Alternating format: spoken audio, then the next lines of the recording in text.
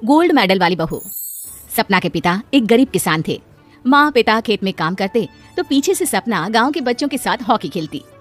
एक दिन शाम को सारा दिन खेलती रहती है, ये नहीं कि छोटे भाई को संभाले।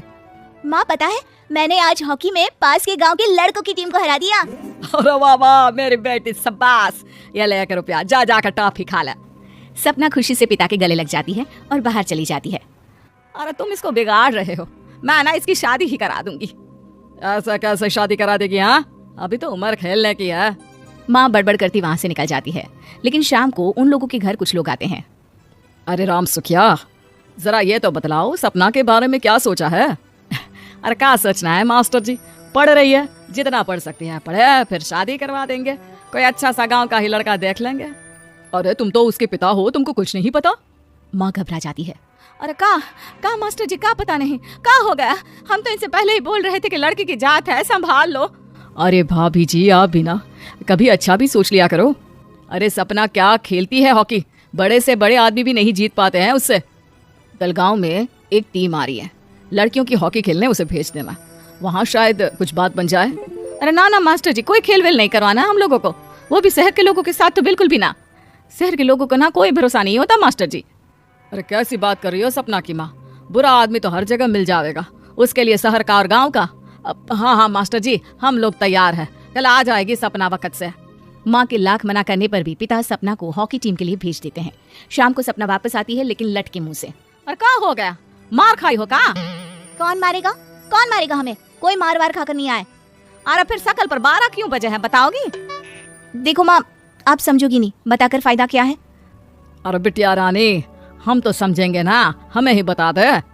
सपना पापा के गले लग जाती है। पापा, मैं ना सिलेक्ट हो गई हूँ भारत की हॉकी टीम में खेलने के लिए। अरे वाह, ये तो बहुत ही खुशी की बात है मेरे बच्चे।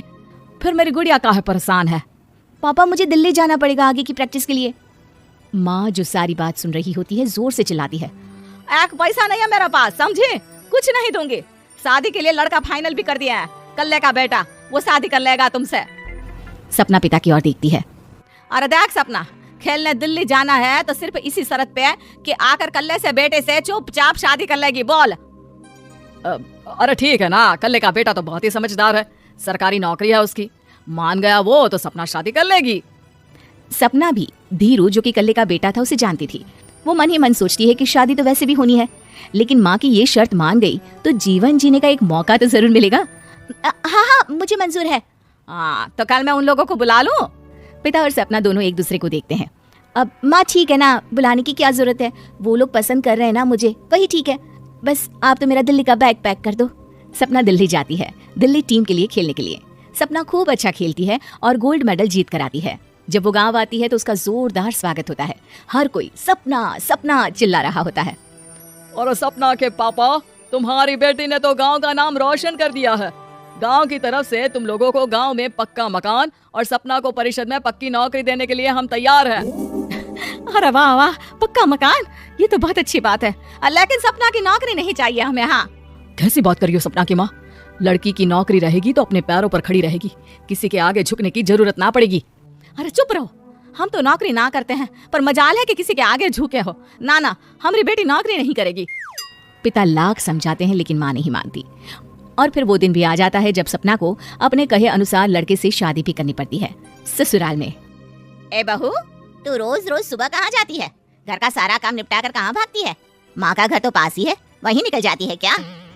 नहीं माँ जी, मैं हॉकी खेलने जाती हूँ, मुझे खेलना पसंद है। खेलना पसंद है? अरे कैसी बात कर रही है बहू, शादी के बाद तो कोई लड़की खेलती फैलती नहीं है, वो घर का काम काज देखती है। सपना कुछ नहीं कहती। वो एक रोज कमरे में अपनी अलमारी ठीक कर रही होती है कि तब सुनो, वो जो लटक रहा है ना, क्या बोलते हैं उसे, मेडल। सपना पति की बात सुनकर खुश हो जाती है, उनके पास जाती है। मैं सोच ही रही थी कि तुमने कभी पूछा क्यों नहीं, ये मेडल है, मैंने जीता है। पता है, हॉकी में बड़ा मैदान, बहुत से लोग, 2 टीम और फिर शुरू होता है जुनून। पता है, लगता है जैसे बस जिंदगी यही है, खेलते रहो, भागते रहो, दौड़ते रहो और लक्ष्य को पालो। सुनो ना, मैं ना भारतीय टीम के लिए खेलना चाहती हूँ। माँ, यहाँ तो आ जरा। सपना हैरान हो जाती है कि ये क्या हो गया, पति अचानक से माँ को क्यों बुला रहा है। हाँ बेटा, क्या हो गया, काहे गला फाड़ रहे हो? माँ ये सपना क्या कह रही है? अरे बीवी तो बोलती ही रहती है बेटा, लेकिन क्या हो गया, चिल्ला क्यों रहे हो? ऐसा क्या बोल दिया इसने? माँ ये बोल रही है कि इसको खेलना है भारतीय टीम के लिए। सपना डर जाती है।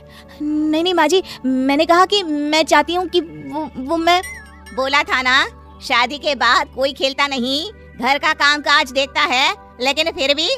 नहीं नहीं माँ जी ठीक है, मैं घर का काम देखूंगी, कल से मैं खेलने भी नहीं जाऊंगी, माफ कर दीजिए। सपना पति की तरफ देखती है जो माँ की तरफ देख रहा होता है। उसे गुस्सा तो आता है लेकिन करती भी तो क्या, सास के सामने कैसे पति की क्लास लगाती। अरे बेटा अब क्यों घूरे जा रहे हो बहू को? माँ अभी इस बात का फैसला करके जाना, वरना ये तो तेरे कमरे से जाने के बाद मुझे। अब चुप हो जाइए आप, छोटी सी बात का बतंगड़ मत बनाइए। छोटी सी बात? बहू ये कोई छोटी बात नहीं है। जो लड़की दिल्ली के लिए गोल्ड मेडल ला सकती है, वो देश के लिए भी तो गोल्ड ला सकती है ना। हम लोगों को किसी चीज की कमी नहीं है बहू, घर का काम तो कोई भी कर लेगा, लेकिन देश का नाम रोशन करने के लिए सपना चाहिए। जा बहू, तेरी ट्रेनिंग का सारा इंतजाम तेरे पति ने कर दिया है, जा खेल और देश का नाम रोशन कर। सपना की आंख में आंसू आ जाते हैं। वो सोचती है कि बेटियों को मायके के साथ अगर ससुराल में भी सहयोग मिले तो ऐसा कोई काम नहीं जो वो नहीं कर सकती है।